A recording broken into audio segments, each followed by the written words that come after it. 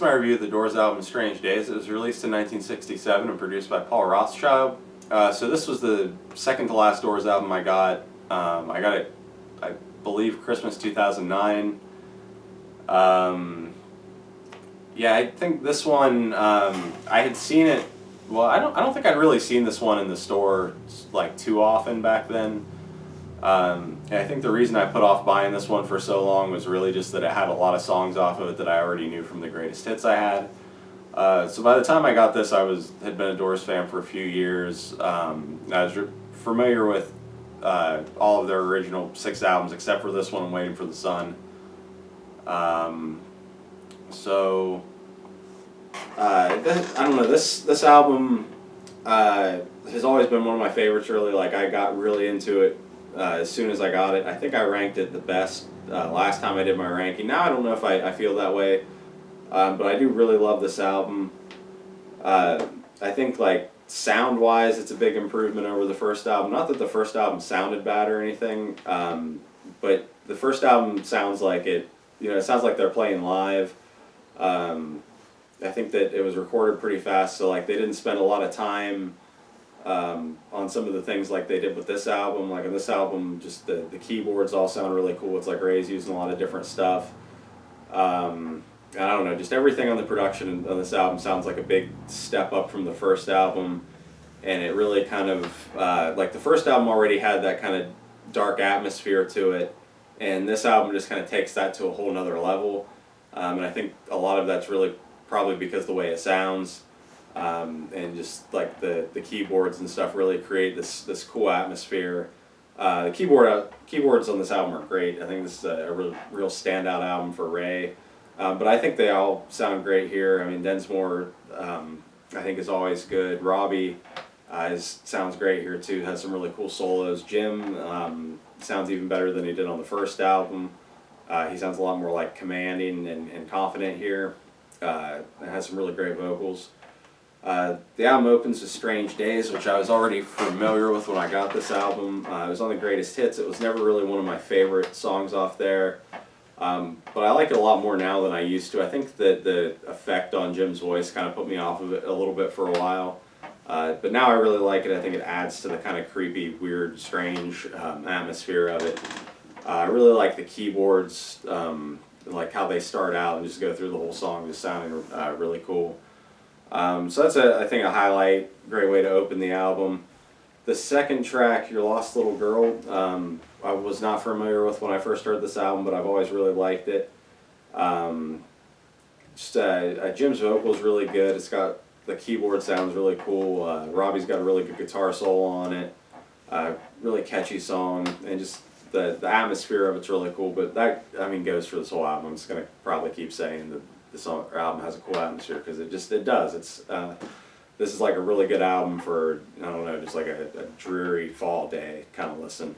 Third track, Love Me Two Times, I was familiar with from the greatest hits. It's got probably one of the coolest Doors guitar riffs.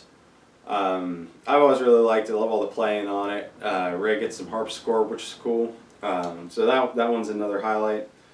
The fourth track, Unhappy Girl, really cool. It's pretty short. The keyboards sound really cool. It's a really catchy song.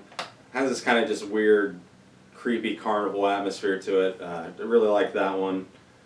The fifth track, Horse Latitudes, isn't really a song. It's Jim doing his kind of spoken word poetry thing.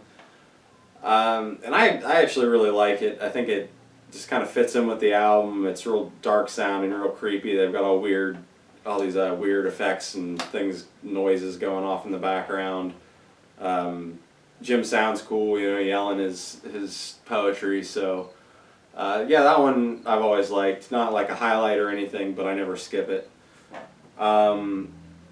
Next, the sixth track, Moonlight Drive. This is one of my favorite Doors songs. I was not familiar with it going into this album back when I got it. Really, it's almost kind of like the first Doors song because it's the song that Jim showed to Ray when they met on the beach when they decided to form the band. So it's really like significant to the Doors kind of history in that way. I think they tried it on the first album. They weren't happy with it because there's outtakes of it. There's bonus tracks on that one. got some really cool bottleneck slide guitar from Robbie on it. Just a great song all the way through. I love everybody's performance on it. I love the lyrics to a really catchy song. Just everything about Moonlight Drive's great. So 7th track, People Were Strange. This is another one I was familiar with from the greatest hits. Always really liked it. Short, catchy, cool like drum part to it. Just a really cool little song. My dad always hated it. I don't know why. I think he said like he saw some video that it was on that creeped him out when he was a kid, so he always used to get annoyed when I would play it, which made me like it even more. So that's another highlight for me. Next track, My Eyes Have Seen You. This one, I really like this one too. It's fast. Jim's got a good kind of aggressive vocal on it. I like the guitar, the keyboards, the drums, all of it. Not a lot to say about it, but it's a good song. Then the 9th track, I Can't See Your Face in My Mind. This is another one that's cool. I like the intro of it, and it's just got this, like, I don't know how to describe it exactly, but it's got this thing that it does that's just kind of, I don't know, you kind of have to listen to it, but it's got this really cool atmosphere with the way the keyboards and the guitar kind of go together. So yeah, that one's really cool as well.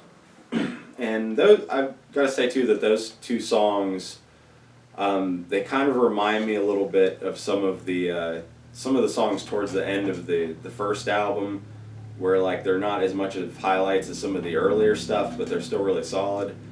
But these two songs I think are like improvements over those songs on that album that remind me of that. I'm kind of rambling, but like I don't know, the second halves of the first two albums kind of remind me of each other in some ways. And then the 10th and final track, When the Music's Over, another big, long, epic track, and this one I think is a pretty big improvement over the end for me. As much as I like the end, When the Music's Over is great. It's one of the best Doors songs. I was familiar with this one from the greatest hits, but it was never one of my favorite songs on the greatest hits.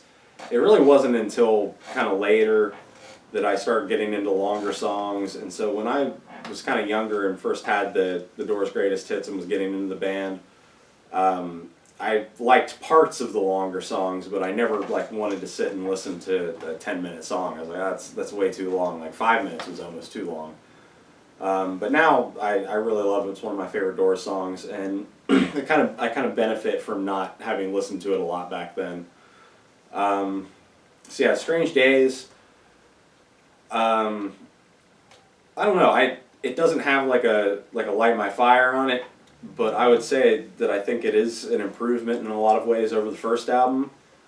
Horse Latitudes might put some people off, like having that in there, because the first album like doesn't have anything like that. It's all songs, but it doesn't bother me. I think it fits in with just the overall atmosphere that this album creates, which is I think the real like highlight of this album.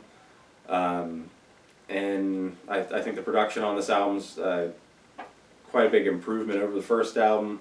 Not that the first album's bad. I think the first album sounds great. I just here I think they clearly put more time into the keyboard sounds and things, and it just I don't know, it just creates a really cool experience.